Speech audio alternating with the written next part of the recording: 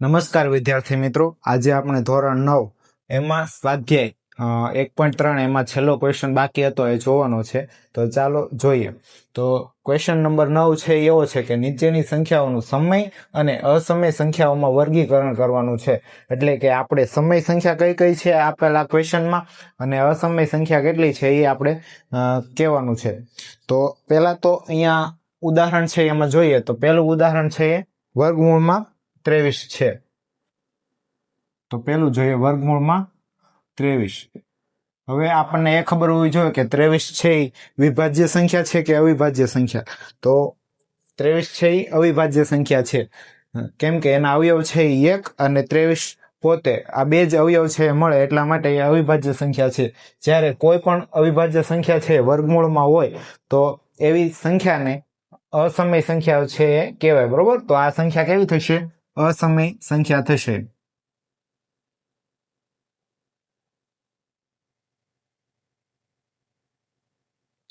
અહીંયા ફરી તમને સાઈડમાં લખીને કહી દઉં કે જો વર્ગમૂળમાં કેવી સંખ્યા આવવી જોઈએ, તો કે વર્ગમૂળમાં અવિભાજ્ય સંખ્યા આવશે તો એ કેવી થશે? તો કે અસમય સંખ્યા છે એ થશે. બરોબર, એટલે આ યાદ રાખવાનું કે જો વર્ગમૂળમાં અવિભાજ્ય સંખ્યા આવે તો એ અસમય સંખ્યા થાય. જેમ કે ઉદાહરણ તરીકે હું કહું તો વર્ગમૂળમાં 2, પછી વર્ગમૂળમાં 3, વર્ગમૂળમાં 5, વર્ગમૂળમાં 7, આવી રીતના ઘણી બધી સંખ્યાઓ છે જે અસમય સંખ્યાઓ છે. ત્યાર પછીનું ઉદાહરણ જોઈએ તો વર્ગમૂળમાં 225 આપેલું છે. અહીંયા જોઈએ બીજો ક્વેશ્ચન, તો અહીંયા 225 છે વર્ગમૂળમાં આપેલા છે. તો આ 225 છે એ કોનો વર્ગ છે? તો કે 15 નો વર્ગ છે. આપણે જોઈએ તો 15 ગુણ્યા 15 પહેલા કરશું. વર્ગ હોય એટલે 15 ગુણ્યા 15 બે વખત આવે. 15 નો વર્ગ આવી રીતના લખાય. બરોબર, 15 ગુણ્યા 15 બે વખત. તો હવે બે સંખ્યા છે એટલે 1 શૂન્ય મૂકશું. હવે 1 નો ગુણાકાર 5 સાથે એટલે 5, પછી 1 નો ગુણાકાર 1 સાથે એટલે 1. હવે 5 નો ગુણાકાર 5 સાથે એટલે 5 5 25 વધી 2, 5 એકા 5 અને 2 વધી એટલે 7 થશે. હવે આનો સરવાળો કરીએ તો 5 7 ને 5 12, 12 નો બગડો વધી 1, 1 અને 1 2, તો 225 મળે છે. તો અહીંયા આપણે વર્ગમૂળમાં લખવું હોય તો આને કઈ રીતના લખાય? તો કેવું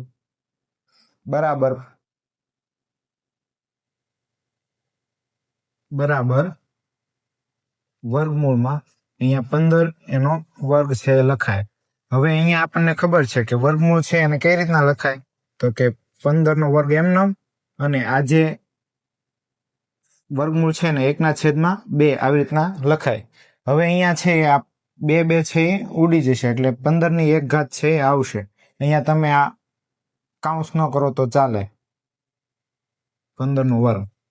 તો અહીંયા 2 છે એ ઉડી જશે એટલે 15 ની 1 ઘાત આવશે. તો 15 ની 1 ઘાત કેટલો જવાબ મળે? તો કે 15 મળે. તો 15 છે એ કેવી સંખ્યા થાય? તો 15 છે એ સમય સંખ્યા છે એ થાય. તો અહીંયા વર્ગમૂળમાં 225 હતા, એનો જવાબ આપણને 15 મળે. તો વર્ગમૂળમાં 225 છે એ કેવી સંખ્યા થાય? સમય સંખ્યા થશે.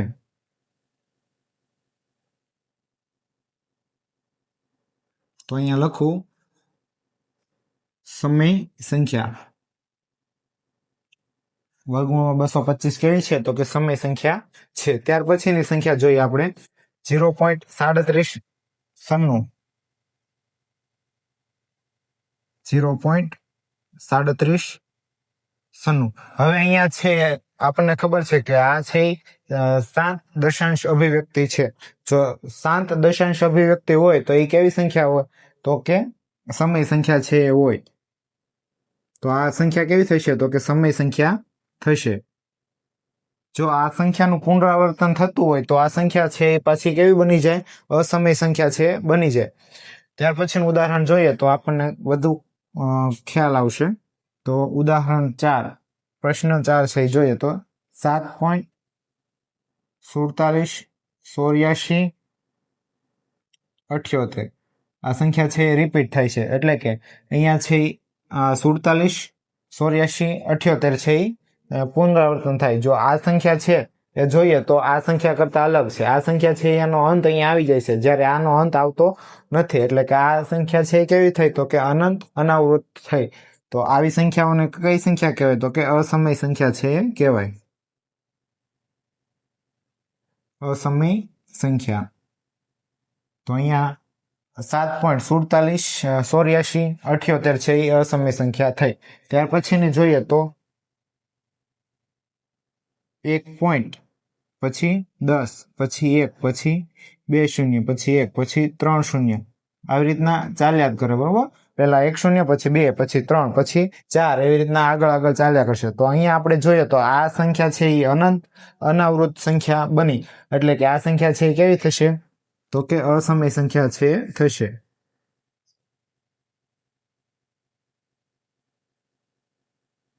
તો આપણે અહીંયા જોયું તો કઈ સંખ્યા છે એ સમય થઈ? તો કે બીજી 225 વર્ગમૂળમાં 225 એ સમય સંખ્યા બની, અને બીજી છે એ 0.3796 એ સમય સંખ્યા છે બની. બાકીની બધી સંખ્યાઓ છે કેવી છે? તો કે અસમય સંખ્યા છે.